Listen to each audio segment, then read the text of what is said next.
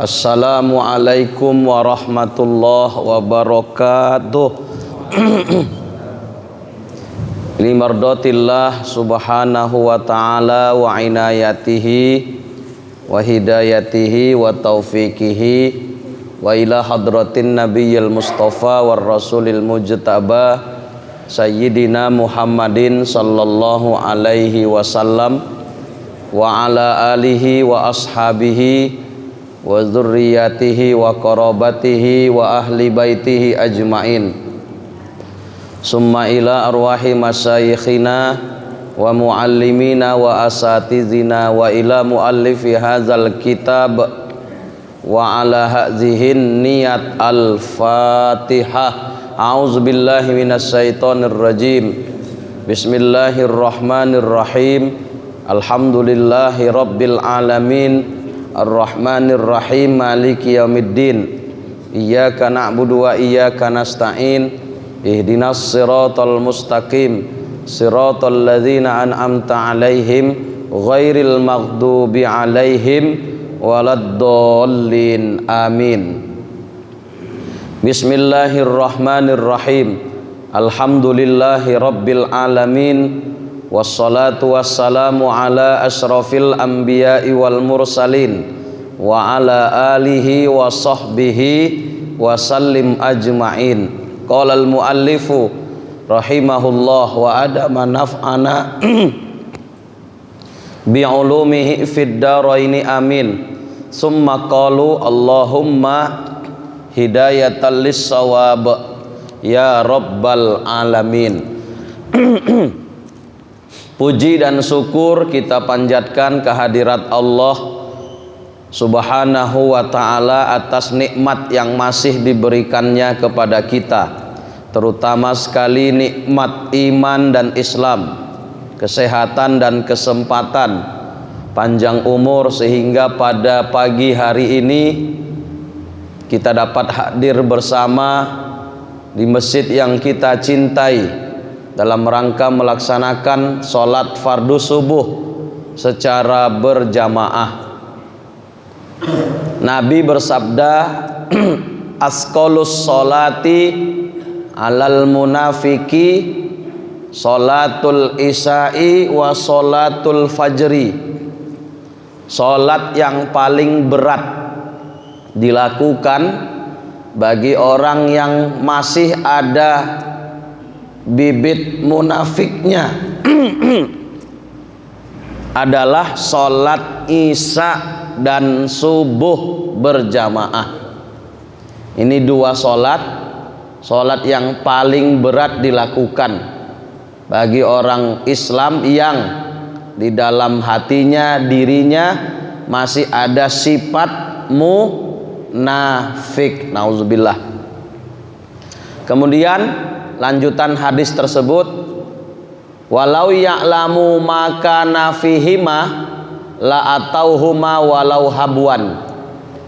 Jikalau orang itu tahu apa yang ada pada kedua sholat tersebut, kelebihannya, keistimewaannya, la atauhuma walau habwan, niscaya orang itu akan mendatangi kedua sholat tersebut walaupun sudah dalam keadaan merangkak. Maaf, jalan pun udah payah. Yang bisa jalan dengan dua lutut dan dua tangan, apa namanya itu? Merangkak kayak anak bayi itu, karena sakit umpama. Tapi karena tahu betapa besarnya nilai dari dua sholat tersebut, tetap dia hadir. Inilah luar biasanya sholat subuh dan isya berjamaah. Nah, mudah-mudahan kita sehat selalu, mudah-mudahan tetap hadir kita, terutama di dua sholat tersebut, dan umumnya di 5 waktu. Amin ya rabbal alamin. Cuman nanti jangan pula ibu jumpa tetangga atau bapak jumpa tetangga nggak sholat subuh pagi ini, munafik kok ya. Nih jangan.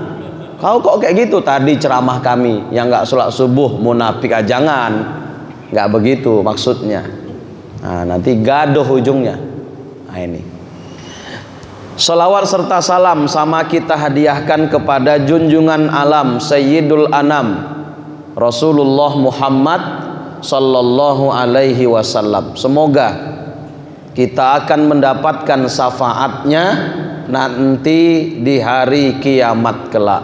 Amin ya rabbal alamin.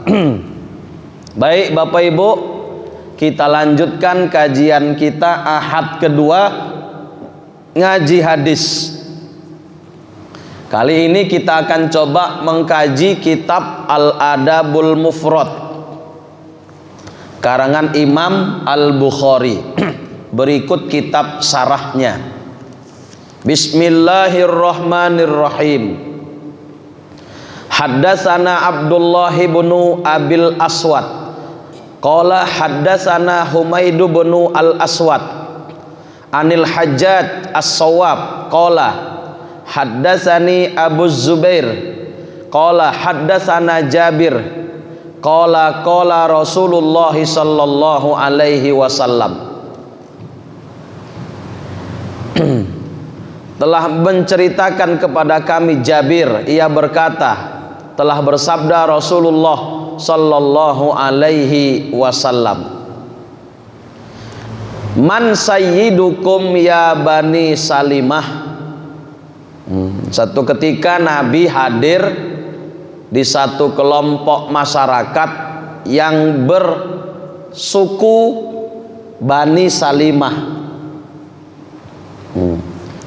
Lalu Nabi bertanya kepada kelompok Bani Salimah, man sayyidukum, siapa sayyid kalian, siapa pemimpin kalian, siapa pengulu kalian, atau istilah yang lain, siapa ketua kalian. Nabi bertanya ketika mendatangi Bani Salimah. Kulna, kata kami, Jabir yang menyebutkan, kata kami, kata orang-orang Bani Salimah, ketua kami, pemimpin kami adalah Jaddu ibnu Qais, namanya Jad bin Qais. Ala anna nubakhiluhu. Ditanya Nabi, Jad itu kayak mana orangnya? Anna nubakhiluhu. Oh, ketua kami itu orangnya bakhil, pelit, medit. Kata Bani Salimah, oh, Jad bin Qais itu pemimpin kami, orangnya bakhil alias pelit. In anna nubakhiluhu ay nasipuhu bil bukhli, kami mensifatinya dengan sifat pelit. Orangnya pelit ketua kami itu, pemimpin kami. Qala, Nabi berkata balik, wa ayyudain adwa minal bukhli, adakah penyakit yang lebih berbahaya, lebih parah daripada sifat pelit? Begitu tahu kalau ketua Bani Salimah itu pelit, Nabi mengeluarkan statement, adakah penyakit yang lebih berbahaya lagi daripada sifat pelit? Jadi pelit itu Pak penyakit, bahkan penyakit yang sangat berbahaya. Nah, di sini ada keterangannya. Daun udol, ibarat penyakit medis. Pelit itu adalah penyakit yang sudah kronis, Pak. Kalaupun pakai istilah stadium berapa yang paling tinggi itu, Pak? Stadium 4 udah. Udah mau mati lah bentar lagi. Kira-kira begitulah. Kan luar biasa itu. Sorry ya yang pelit di sini, sorry ya, kita nggak nyindir siapa-siapa. Cuman kalau ada yang pelit ya syukurlah kalau tersindir. Jangan tengok-tengokan, Bu, nanti jadi ketahuan. Cukup tengok masing-masing aja. Bayangkan, Adakah penyakit yang lebih berbahaya, lebih parah minal bukhli daripada sifat pelit? Karena pelit itu ibarat penyakit udol, sudah kronis, ibarat stadium, udah stadium 4, tinggal matinya lah itu. Kemudian setelah itu bal sayyidukum Amru ibnul Jamuh.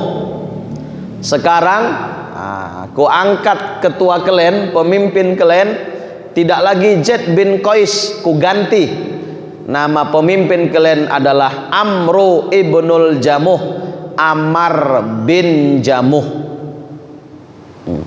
Siapa itu Ammar bin Jamuh? Wa kana amrun ala asnamihim fil jahiliyah. Dulu di masa jahiliyah dia adalah penyembah berhala. Di masa kafirnya dia dulu menyembah patung, menyembah berhala.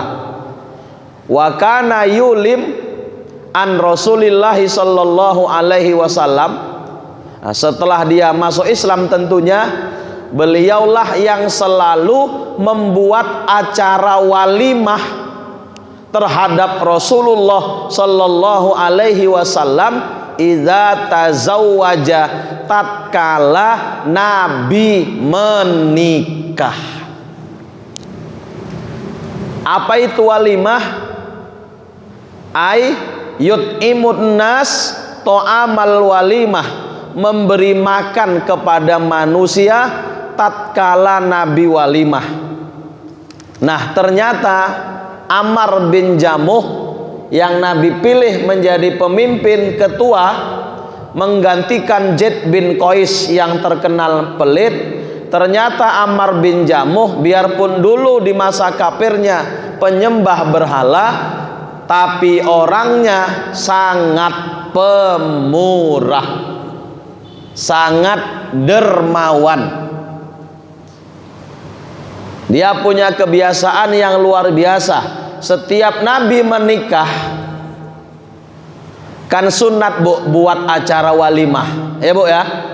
Nah, sesuai dengan bunyi hadis Nabi, aulim walau bisatin, buatlah walimah walaupun sekedar memotong seekor kambing. Nah, itu disunatkan.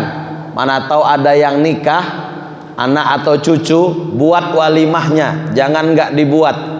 Walaupun cuman sekedar memotong kambing. Nah, kenapa Nabi sebut kambing? Karena di tradisi orang Arab kambing itu udah biasa makanan hari-hari. Tapi kalau orang Banda Setia, ya umpama nggak sanggup kambing, motong ayam pun jadi. Yang penting buat walimah. Ternyata motong ayam pun nggak bisa karena saking susahnya. Apa gantinya? Buatlah walimah walaupun cuman pakai urap. Nah, itulah dia. Jadi kumpul orang, sudah kasih makan, kabarkan, nih anakku, nih cucuku, mereka udah sah resmi jadi suami istri. Sehingga andai nampak kita nanti di luar pegangan tangan, boncengan mesra, nggak jadi fitnah, udah sah. Nah, itu tujuan walimah. Buat, jangan nggak dibuat, sunat hukumnya. Nah, cuman jangan mokso. Toh Ibu, mokso. Sanggupnya ayam, jangan sok buat kambing. Terakhir ngutang-ngutang sama tukang daging. Takutnya habis pesta tak terbayar, seminggu sebulan jadi buronan. Nah, ini yang tidak diinginkan. Itu namanya mokso. Kenapa? Nggak apa-apa Ustadz, soal bayar nanti, karena pikiran dia habis pesta dapat untung. Ternyata pas dia pesta hujan Pak deras, akhirnya buntung. Nah, ini yang tidak diinginkan. Jangan begitu. Apa yang ada, nah, kalau ada buat, kalau enggak ya apa yang mampu. Ayam pun jadi, enggak ada urap pun jadi. Nah, begitu sunat dibuat walimah. Karena memang niat pesta menurut syariat untuk berbagi makanan. Setahu saya di Medan nih, termasuk di Tembung nih, pesta yang betul-betul pesta, nggak ada mengharap amplop. Salah satunya ada di Medan, Romo Raden Sapi'i. Itu waktu pesta beberapa tahun yang lalu dibuat undangan. Dilarang bawa kado, bawa amplop, bawa hadiah apapun. Cukup datang bawa doa. Sampai di lokasi makan. Nah, itu luar biasa. Luar biasa. Selesai pesta, tukang-tukang becak kan diundangi semua itu. Pada berterima kasih semua. Kenapa? Romo, nanti habis pesta kalau mau pesta lagi undang lagi kami ya. Karena makan gratis. Nah, ini pesta yang sesungguhnya itu membuat orang happy dan bahagia. Sekarang orang pesta kalau kita dapat undangan bahagia atau stres, Bu? Jawab dulu. Nah, bayangkan sempat 5 undangan. Kali berapa itu? Alimpol 2,5, hilang separuh gaji seminggu. Ya kan? Nah itu. Jadi Bapak Ibu kalau sanggup buat kayak gitu. Satu lagi di Pasar 7 ada namanya Pak Haji Suherman, jamaah kita BKM Masjid Al-Ikhlas. Al-Ikhlas juga beringin. Kebetulan dia dapat besan, memang adiknya Pak Ashari Tambunan atau abangnya Syahrial Tambunan, itu besannya itu. Mungkin dapat antaranya besar kan. Diundang warga satu kampung tuh, makan semua gratis. Ini baru pesta yang sesungguhnya menurut syariat. Karena tujuan pesta untuk berbagi makanan sama orang yang ada di sekitar terutama. Itu baru. Ada yang sanggup sini? Pak, ada? Kalau ada yang sanggup, mantap. Nah itu. Pak Rambe biasa sanggup, biado sanggup kira-kira. Sanggup lah, orang banyak pensiunnya aku dengar kok. Yang sanggup Pak itu luar biasa betul itu. Karena tujuan pesta memang memberi makan. Apalagi yang susah-susah di sekitar kita itu undangi semua, kasih makan. Insya Allah barokah yang nikah itu. Insya Allah. Kalau sanggup buat kayak gitu. Buat. Baik. Jadi itulah walimah, disunatkan dibuat di saat pesta nikahan. Namanya walimatul urus. Ternyata penyumbang tetap donasi tunggal di saat Nabi walimah, ya ini Ammar bin Jamuh. Berapa kali Nabi nikah? Dialah donaturnya.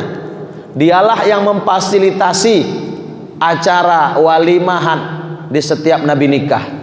Makanya Nabi pilih dia, Nabi angkat dia menjadi pemimpin di kalangan Bani Salimah, menggantikan Zaid bin Qais yang terkenal pelit. Akhrajahul Bukhari, hadis diriwayatkan oleh Imam Al-Bukhari wal Bazzar, Imam Al-Bazzar wal Baihaqi dan Imam Al-Baihaqi. Jelas hadisnya, Bu? Bu, minum dulu, minum.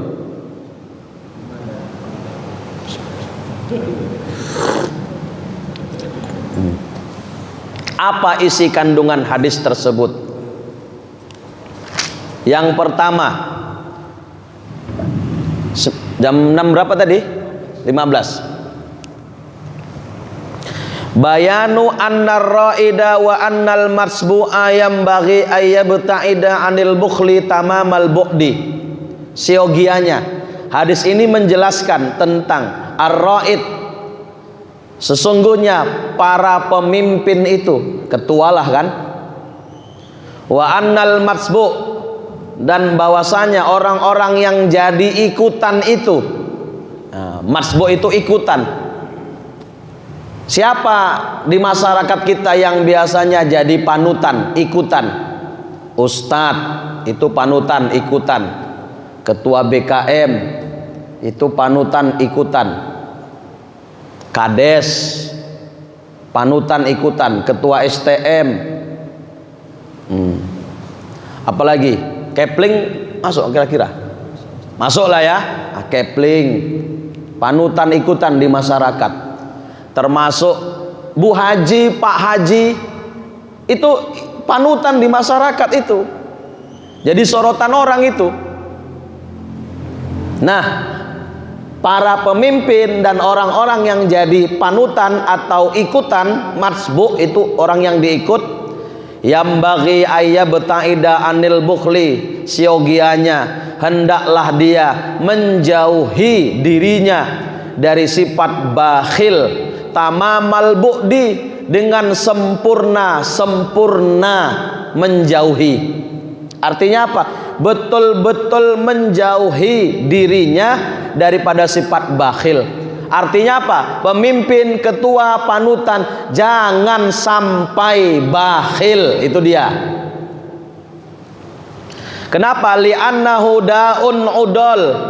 Karena bakhil itu adalah penyakit yang kronis. Penyakit kronis, Pak. Stadiumnya udah stadium 4. Wa alaihi ayat tasifa, dan wajib atasnya ya bersifat bisifatis sakha wal jud, dengan sifat dermawan dan pemurah. Yang namanya pemimpin ikutan ketua mesti memiliki sifat pemurah, dermawan, jangan pelit. Nah, ini jadi standar barometer kita ke depan. Kalau mau memilih pemimpin, pilihlah pemimpin yang dermawan, pemurah. Jangan pilih pemimpin yang pelit. Karena kalau pemimpinnya pelit, rakyatnya pun akan sengsara. Betul, Pak? Jadi pilihlah pemimpin yang pemurah, yang dermawan, bukan yang pelit. Termasuk kepala rumah tangga, itu juga pemimpin. Pilihlah pemimpin dalam rumah tangga, pemimpin yang pemurah. Jangan pilih pemimpin alias suami yang pelit. Bila ada ibu suaminya pelit, ya kenapa pilih dia? Itu ajalah masalahnya. Oh enggak, Ustaz taunya setelah nikah. Ya udahlah, tanggunglah kalau kayak gitu, mau apa lagi? Iya, Pak. Sengsara istri kalau suaminya pelit. Betul, Bu? Bu, betul? Sengsara, Pak. Makanya, Pak, jangan pelit-pelit sama istri, sama anak, jangan pelit-pelit.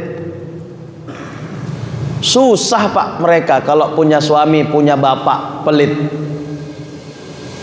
Ini yang kacaunya lagi sama bininya, pelitnya luar biasa. Sama bini orang baik kali. Ini yang lebih kacau lagi.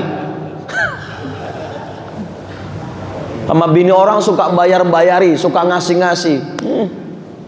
Kawan kerjanya kan bini orang itu.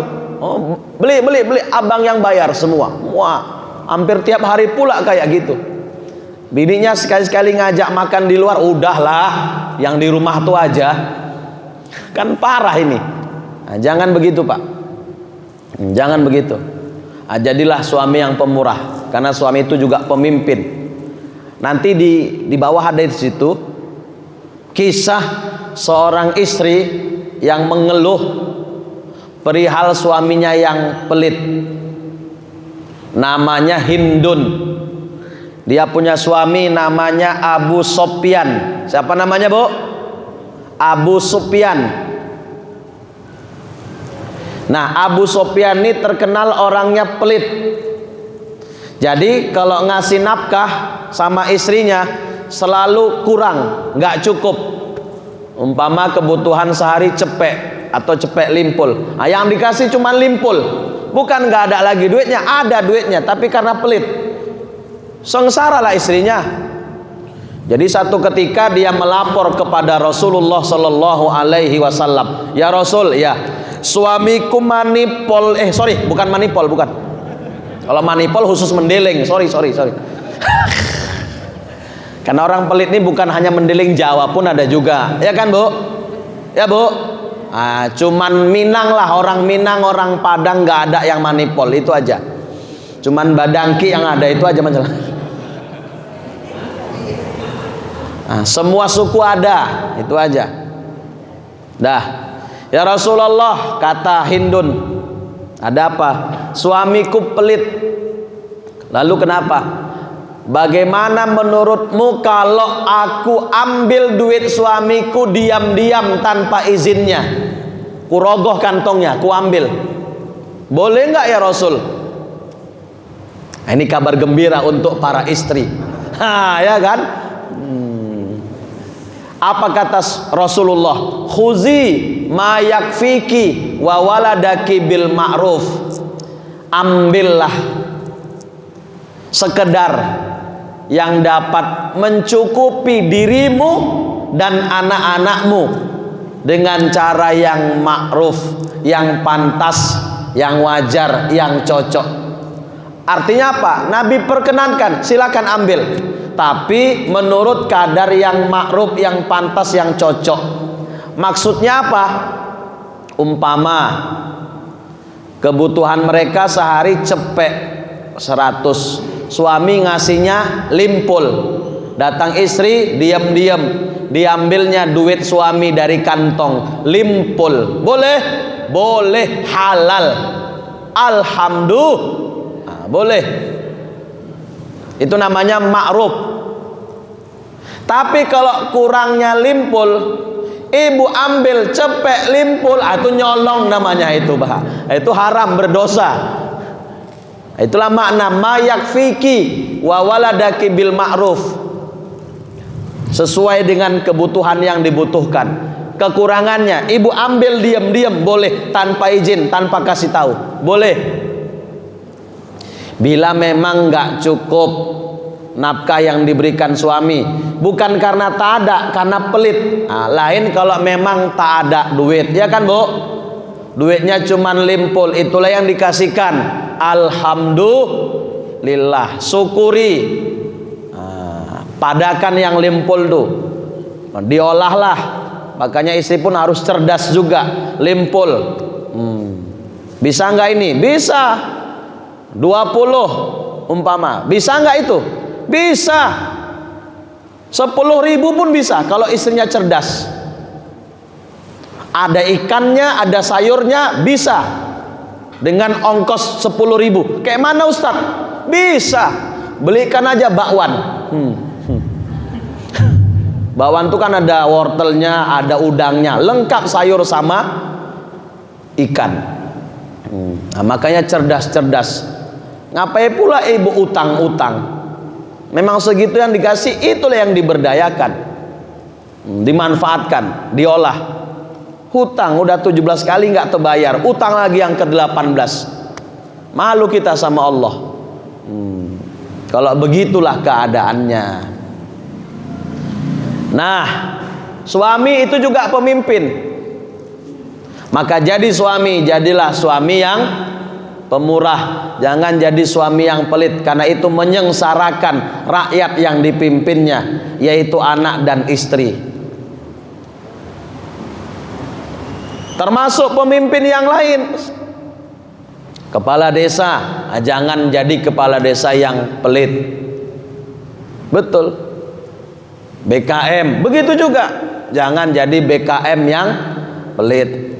Sekali-sekali makan lontong, kenapa kita dari dulu sejak aku ceramah di sini roti terus nggak berubah-berubah. Ini indikasinya dua, ini bisa pelit, bisa hemat, kita nggak tahu lah ini. Oh pelit kata Bibo tuh, pelit. Astagfirullahaladzim. Udah bisa. Aduh, betul Pak, udah berapa tahun aku ngisi nggak berubah-berubah. Ini namanya istiqomah. Termasuk orang-orang yang jadi panutan, ikutan ustadz, ya kan, Pak Haji, Bu Haji, guru, itu juga panutan di masyarakat. Maka jadi panutan, jadi ikutan, jangan pelit, jauhi sifat pelit, miliki sifat dermawan, sifat pemurah. Mengapa? Karena kalau ikutannya pelit akan melahirkan generasi-generasi pelit. Contoh, ustadz tuh pandai ceramah ajanya itu nyuruh awak sodakoh, dia pun polit. Kan bahaya kan? Bahaya. Pak Haji itu tetanggaku itu 20 tahun nak bertetangga, sekalipun gak pernah sampai ke rumah rezekinya itu. Padahal dalam beragama, bertetangga itu disuruh Nabi kita, iza tobakhta marokotan fa'aksir ma'aha wa ta'ahad jironaka. Kalau kamu masak gulai, banyakkan kuah, ingat sama tetangga, kasih tetangga. Bukan berarti kuahnya aja, bukan. Ini kiasannya ini. Begitulah bertetangga itu. Lebih masakan kita, Bu, banyak kita lihat antar ke tetangga.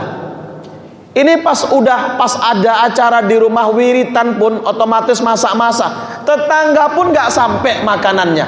Kayak mana tetangga mau bilang kita pemurah? Haji sampai rumahku itu politnya nauzubillah itu. Panen mangga dibagi ke tetangga kan wajar, dijual semuanya. Polit betul itu, nggak bisa jadi pemimpin itu, jangan, parah nanti. Ikutan tuh harus pemurah. Betul Pak, karena kalau pemimpin ikutan idola pelit, bahaya, melahirkan pengikut-pengikut yang juga pelit. Cuman kan begini, sedekah itu kan ada yang sirri, sembunyi-sembunyi, ada yang jahri, terang-terangan. Mungkin Pak Haji itu nampak kau wajahnya dia, nggak pernah berbagi, tapi bisa jadi tiap hari dia berinfak. Sekarang kan sudah ada infak sirri yang paling nyata melalui mobil banking. Tiap hari dikirimkannya infak ke mana, umpama dompet doa Pak, atau ke yayasan panti asuhan anak yatim, atau ke masjid mana ditransfer. Itu kan infak sedekah juga itu. Cuman kita nggak tahu. Berarti kan nggak pelit, rajin sedekahnya dia, rajin berinfak. Begini, untuk panutan ikutan di masyarakat, lebih afdol menampakkan infak dan sedekahnya dibanding menyembunyikannya. Maaf, secara umum sedekah sirri, sembunyi-sembunyi, itu lebih afdol ketimbang sedekah jahri, terang-terangan. Dalam Quran disebutkan, intu bedus sodakoti pani'immahi wa intuhpuha wa tu'tuhal pukoro fahuwa khairul lakum. Jika kau nampakkan sedekahmu, baik bagimu, boleh. Namun jika kau sembunyikan sedekahmu, lalu kau berikan kepada fakir miskin, maka itu lebih baik bagimu. Sedekah terang-terangan boleh, sedekah sembunyi-sembunyi boleh, sedekah terang-terangan nyata-nyata boleh, sedekah diam-diam pun boleh. Yang nggak boleh diam-diam tidak sedekah. Ibu, cuman lebih afdol sedekah sirri, sembunyi-sembunyi, ketimbang terang-terangan. Bahkan di hadis disebutkan sedekah sirri 70 kali lipat lebih afdol dibanding terang-terangan. Orang tak tahu kalau kita sedekah sama dia, infak setiap hari, tak tahu orang, itu sirri 70 kali lipat lebih afdol ketimbang terang-terangan. Tapi di kitab Al-Fawaidul Mukhtaroh ada, di kitab At-Takriratus Sadidah ada, kecuali bagi orang yang dijadikan panutan di sebuah masyarakat, baik Pak Haji, Pak Ustadz, Bu Hajah, Kepling, Kades, ketua masjid, ketua STM, itu panutan di masyarakat. Sama mereka sedekah terang-terangan, infak terang-terangan lebih afdol dibanding sembunyi-sembunyi. Bukan niat mau pamer, bukan, tapi dua tujuannya. Satu, untuk menggerakkan orang lain yang menjadikan kita ikutan agar ikut juga tergerak mencontoh kita dalam hal sedekah. Bantu ketua kita ada nyumbang, bantu ustadz kita aja nolong, bantu tuh pemimpin kita aja nolong, masuk kita nggak bantu, yuk kita ikut nyumbang. Ani, karena panutan itu biasanya diikut. Jadi kalau panutan itu pemurah, nampak orang kalau dia rajin sedekah, menggerakkan orang lain untuk juga rajin sedekah. Betul nggak Bu? Yang kedua, apa tujuannya, manfaatnya? Bila panutan itu menampakkan sedekah atau infaknya, bukan maksud mau pamer. Yang kedua, menghindarkan tuhmah, tuduhan jelek kepada dia. Seperti tuduhan yang tadi, ustadz tuh pandai ceramah aja itu, nyuruh awak infak sodakoh, padahal tak pernah ku tengok dia berinfak. Selewat kota infak pas ngisi perwiritan, dilewatkan aja sama dia, nggak diisinya. Akhirnya muncul tuduhan, ustadz tuh pelit juga itu. Padahal bisa jadi ustadz nih tiap hari berinfak, tiap hari sedekah, cuman orang tak tahu. Bisa jadi Pak Haji ini tiap hari berinfak melalui mobil banking, melalui BKM masjid ke rekeningnya langsung. Kan sirri itu, tiap hari dia berinfak. Bisa jadi, cuman karena orang tidak tahu, akhirnya muncul tuduhan polit, manipol, bakhil, medit, kedekut, koret. Kan jadi jelek.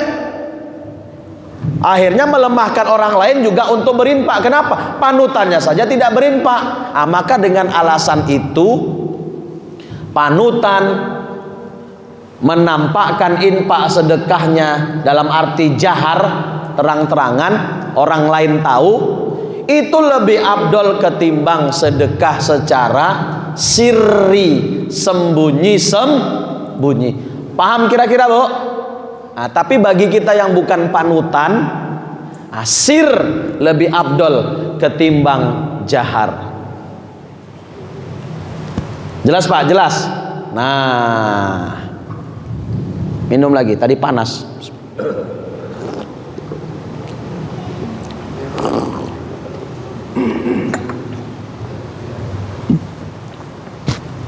Ini yang pertama.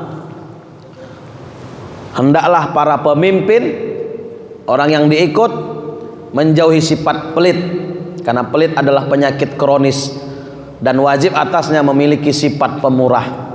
Ini bisa jadi barometer. Bentar lagi kita bakal pemilihan gubernur dan bupati.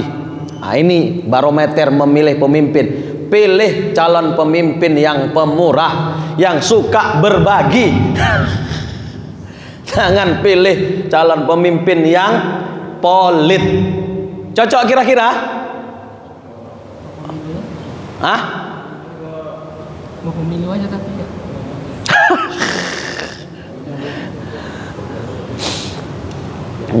Jangan pilih pemimpin yang pelit, pilih pemimpin yang pemurah. Jangan Bapak bilang nyogok, niatnya sedekah itu. Pilih yang pemurah, jangan pilih yang pelit. Kalau pelit nanti kebijakannya pun pelit itu. Iya Pak, sayang habis anggaran untuk rakyat. Jadi pilih pemimpin yang pemurah. Kalau bisa jangan yang pas mau pemilihan baru pemurah bagi-bagi, bukan. Yang memang hari-hari kita tahu dia pemurah orangnya. Pilih yang seperti itu. Karena kalau begitu mau pemilihan bagi-bagi, itu rata-rata begitu.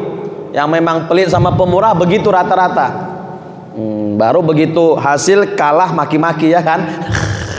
Na'udzubillah. Nah, ketua perwiritan Ibu pelit atau pemurah? Kalau pelit ganti.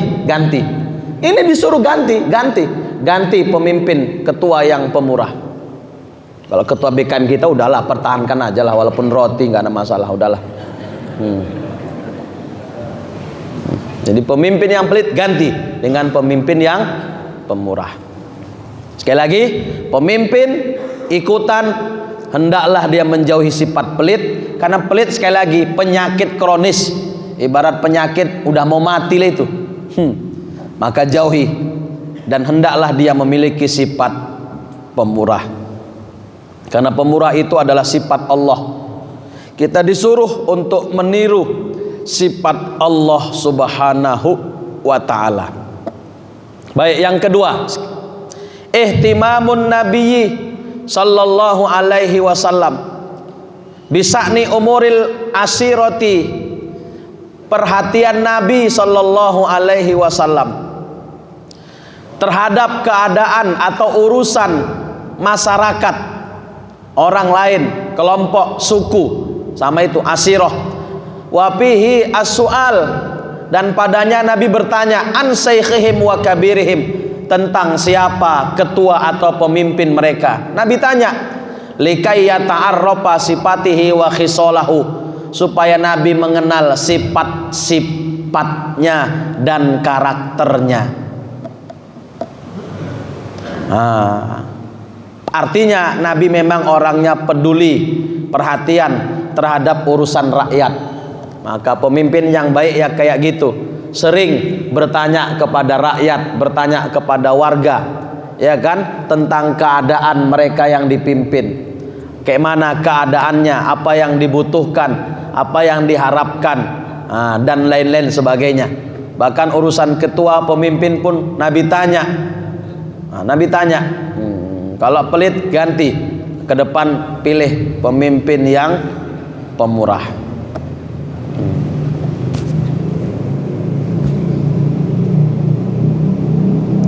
Kemudian yang ketiga, sekali lagi,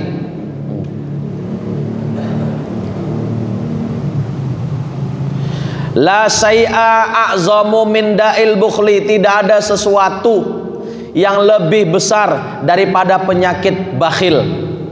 Tidak ada sesuatu yang lebih berbahaya daripada penyakit bakhil.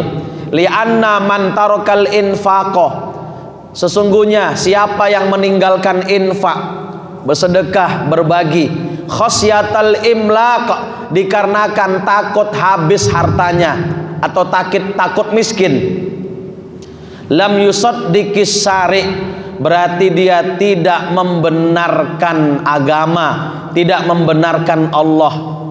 Sebab Allah nyatakan infak, sedekah itu bukan menghabiskan harta, justru menjadikan harta kita itu semakin bertambah.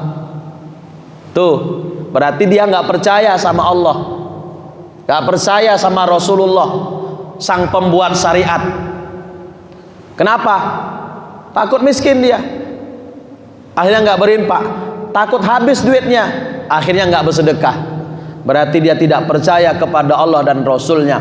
Fahaza da'un mu'limun li sahibihi, dan ini adalah penyakit yang mematikan bagi pemiliknya, membahayakan, membinasakan fil uqbah, nanti di akhirat.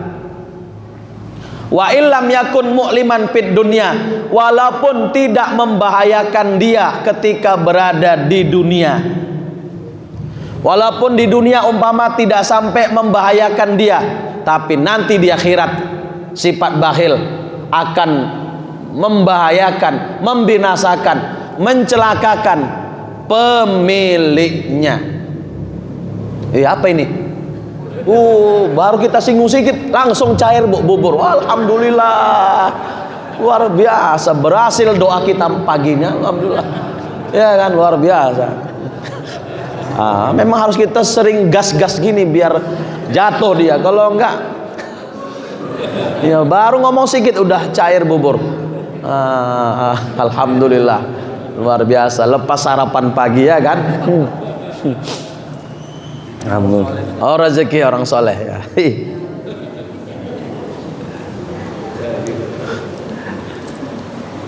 Jadi penyakit bakhil itu sangat berbahaya. Tidak ada lagi yang lebih berbahaya daripada bakhil. Jadi sekali lagi, siapa yang tidak bersedekah, tidak berinfak karena takut imlak, imlak itu takut miskin, berarti dia tidak percaya dengan pembuat syariat. Siapa? Allah dan Rasulnya. Bahkan di ayat yang lain juga disebutkan dalam konteks yang lain ya, Wala taqtulu auladakum khasyata imlaq. Nahnu narzuquhum wa iyyakum inna qatlahum kana khit'an kabira. Ini dalam konteks membunuh, Pak. Jangan kau bunuh anak-anakmu karena kau takut miskin. Kami yang memberi makan mereka, memberi rezeki mereka, bahkan kami yang memberi rezeki kepadamu. Sesungguhnya membunuh mereka adalah kesalahan yang sangat besar. Ini kasusnya apa? Orang tua kebetulan susah, anaknya udah 5, lahir lagi yang ke-6. Udah 6, lahir lagi yang ke-7. Karena takut nggak bisa ngasih makan, dibunuhnya anaknya, diaborsinya. Ini kejadian ini banyak. Dosa besar. Bukan kau yang ngasih makan, kata Allah. Kami yang ngasih makan kami yang kasih makan anak-anakmu. Kenapa pula kau takut miskin gak bisa kasih makan sehingga kau bunuh anakmu? Makanya berat kali dosanya itu nanti. Maaf, pelaku-pelaku aborsi. Dan memang nyata, sempat salah jawab saya. Dosa saya luar biasa. Masuk pesan WA ke handphone saya. Ustadz, ya, ibu-ibu nih nanya, ada suami istri, mereka hidupnya susah, anaknya udah 4, ini hamil lagi bininya, hamil lagi, masih 3 bulan, masih 2 bulan Ustadz. Karena takut nanti mereka tambah anak, nggak bisa ngasih makan karena mereka saking susahnya. Kayak mana menurut Ustadz kalau diaborsi? Karena takut itu tadi nggak bisa ngasih makan, mereka susah, ini tambah lagi anak. Saya katakan haram. Tapi kan Ustadz belum dikasih nyawa, tahu pula dia. Umur bayi itu dikasih nyawa kan kalau sudah berumur 4 bulan. Jangan, biarpun belum dikasih nyawa. Fatwa Imam Al-Ghazali ada dalam kitab Al-Wafi, tetap haram. Malah kalau sudah dikasih nyawa di atas 4 bulan diaborsi, lebih besar lagi haramnya itu. Saya katakan soal rezeki jangan takut, itu urusan Allah, udah dijamin Allah. Kami yang ngasih rezeki mereka, bukan orang tuanya. Yang kedua, kita tidak tahu di balik kelahiran anak Allah sudah punya rencana. Ini anak bakal jadi apa nanti. Jangan sampai dilakukan. Bilang sama perempuan itu, saya gitu kan, ya Ustadz makasih, alhamdulillah.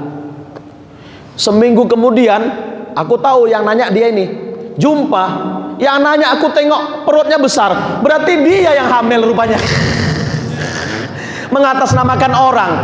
Waduh, sempat ku bilang boleh diaborsinya, berdosa dia, awak pun ikut menanggung dosanya.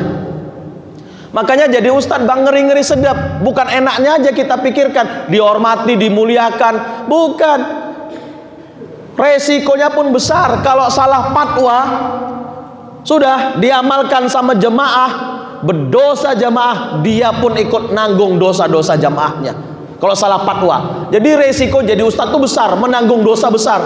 Makanya wajar kalau resikonya besar, honornya pun harus besar. Seharusnya ya, karena resikonya besar. Seharusnya begitu. Karena tergantung resiko.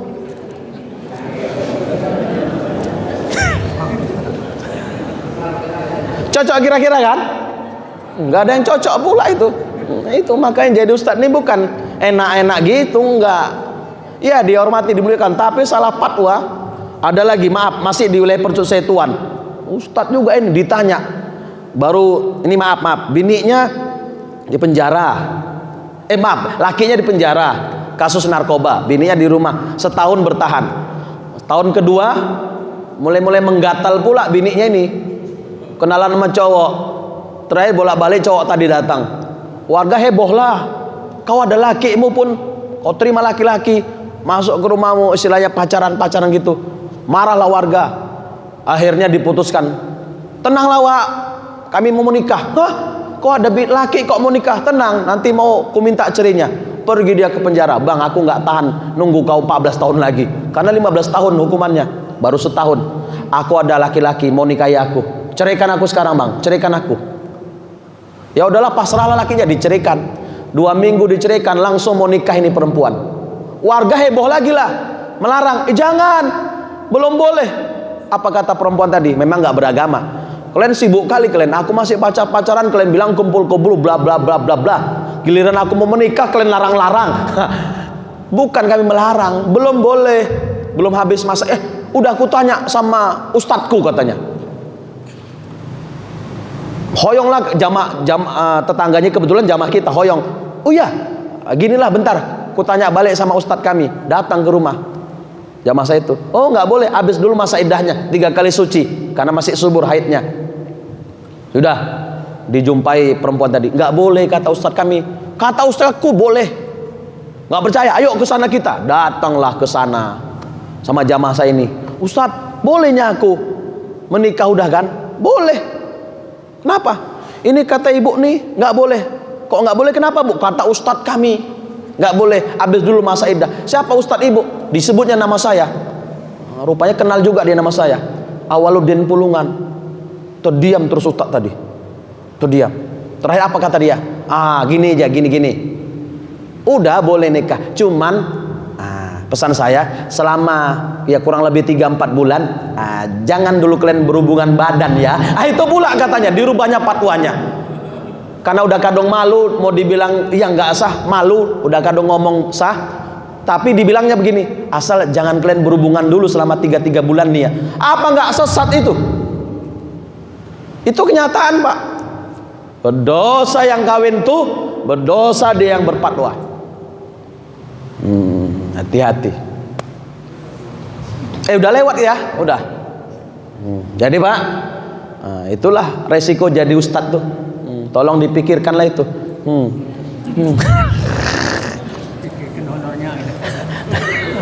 Nggak pikirkan resikonya maksudnya. Jadi bapak ibu penutup lain ya. Penyakit bahil membahayakan diri kita nanti di akhirat. Walaupun di dunia tidak membahayakan dirinya ya kan, tapi di akhirat pasti jelas membahayakan dirinya nanti di akhirat. Jadi sekali lagi, siapa yang tidak mau bersedekah berinfak karena takut hartanya berkurang, takut miskin, berarti tidak percaya dengan pembuat syariat, yaitu Allah dan Rasul. Sebab Allah katakan, Nabi katakan, dengan berinfak, dengan sedekah, harta bukan berkurang, tapi justru akan semakin bertambah. Mudah-mudahan kita terhindar dari sifat bakhil. Amin ya rabbal alamin. Ini saja, mudah-mudahan ada manfaatnya. Assalamualaikum warahmatullahi wabarakatuh.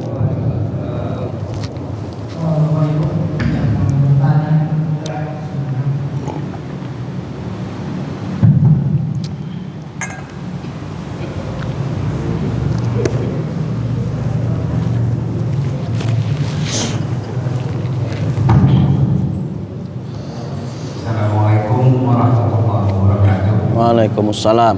Ingin bertanya Pak Ustaz, sekaligus pencerahannya, di zaman Rasulullah Muhammad SAW ada satu sahabat meninggal dunia sehingga Rasulullah tidak ingin menyolatkannya.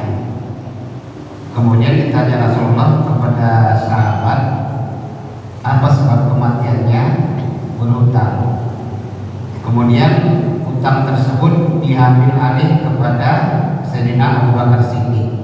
Yang ingin saya tanyakan Pak Ustaz, apa asbab daripada sahabat yang meninggal tersebut sehingga Rasulullah tidak mau menyolatkannya? Apakah asbabnya karena walimatul urus dan lain sebagainya sehingga Sayyidina Abu Bakar mengambil alih utangnya? Apakah dia termasuk orang yang pelit, medit dan lain sebagainya? Mohon penjelasannya daripada asbab Rasulullah tidak ingin menyolatkan Ustaz. Demikian. Baik, yaitu asli murni kasus hutang.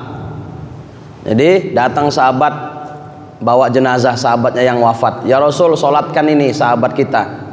Nabi tanya itu selalu, ada hutangnya enggak? Ada ya Rasul. Ada tirkahnya, harta peninggalannya? Ada ya Rasul. Bayarkan dulu. Begitu dibayarkan, baru kami pimpin sholat jenazahnya. Lain kali datang lagi sahabat bawa jenazah yang lain, ya Rasul si fulan wafat, tolong sholatkan. Nabi tanya lagi, ada hutangnya? Ada ya Rasul. Ada tirkahnya, harta peninggalannya? Nggak ada ya Rasul. Nah kalau gitu ada nggak di antara kamu yang mau melunasi hutangnya, membayarkan hutangnya? Tunjuk tangan sahabat. Kalau kata bapak tadi Abu Bakar, di versi yang lain Ibnu Mas'ud, saya ya Rasul yang menanggung, memikul hutangnya. Baik, karena udah dipikul, ditanggung, berarti selesailah hutangnya. Akhirnya Nabi pun pimpin sholat jenazahnya. Lain kali datang lagi sahabat, ya Rasul si fulan wafat, tolong pimpin sholatnya. Nabi tanya lagi, ada hutangnya? Ada ya Rasul. Ada tirkahnya? Nggak ada ya Rasul. Nabi bertanya, ada di antara kamu yang mau memikul, menjamin hutangnya? Rupanya kali ini nggak ada yang mau, nggak ada yang tunjuk tangan. Ya udah kalau begitu kalian saja yang nyolatkan, saya tidak mau. Tapi fardu kifayahnya tetap dibuat, sahabat yang melakukan, cuman Nabi secara pribadi Nabi tidak mau. Nah, kisah ini ditafsirkan bahwa orang yang mati punya hutang, dia tidak akan mendapatkan syafaat dari Rasulullah Sallallahu Alaihi Wasallam. Inilah bahayanya hutang bila belum terbayarkan setelah kita mati.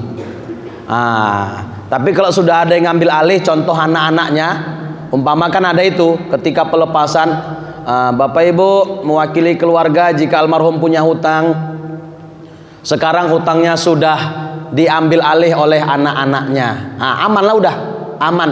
Berarti hutang itu jadi pikulan anak-anaknya. Soal dibayar nanti setelah hari yang ketiga atau seminggu kemudian, welcome, nggak ada masalah, karena sudah diambil alih. Bapak ini udah selesai hutangnya, karena sudah diambil alih oleh anak-anaknya. Aman lah itu sudah. Jadi itu kasus murni, kasus hutang yang tak dibayar sampai dia meninggal dunia. Bahaya. Menurut satu pendapat, tafsirannya tadi, orang yang mati punya hutang, Nabi nggak akan mau memberikan syafaat kepadanya. Na'udzubillah. Oke Pak ya, udah ya. Ada ibu yang mau bertanya.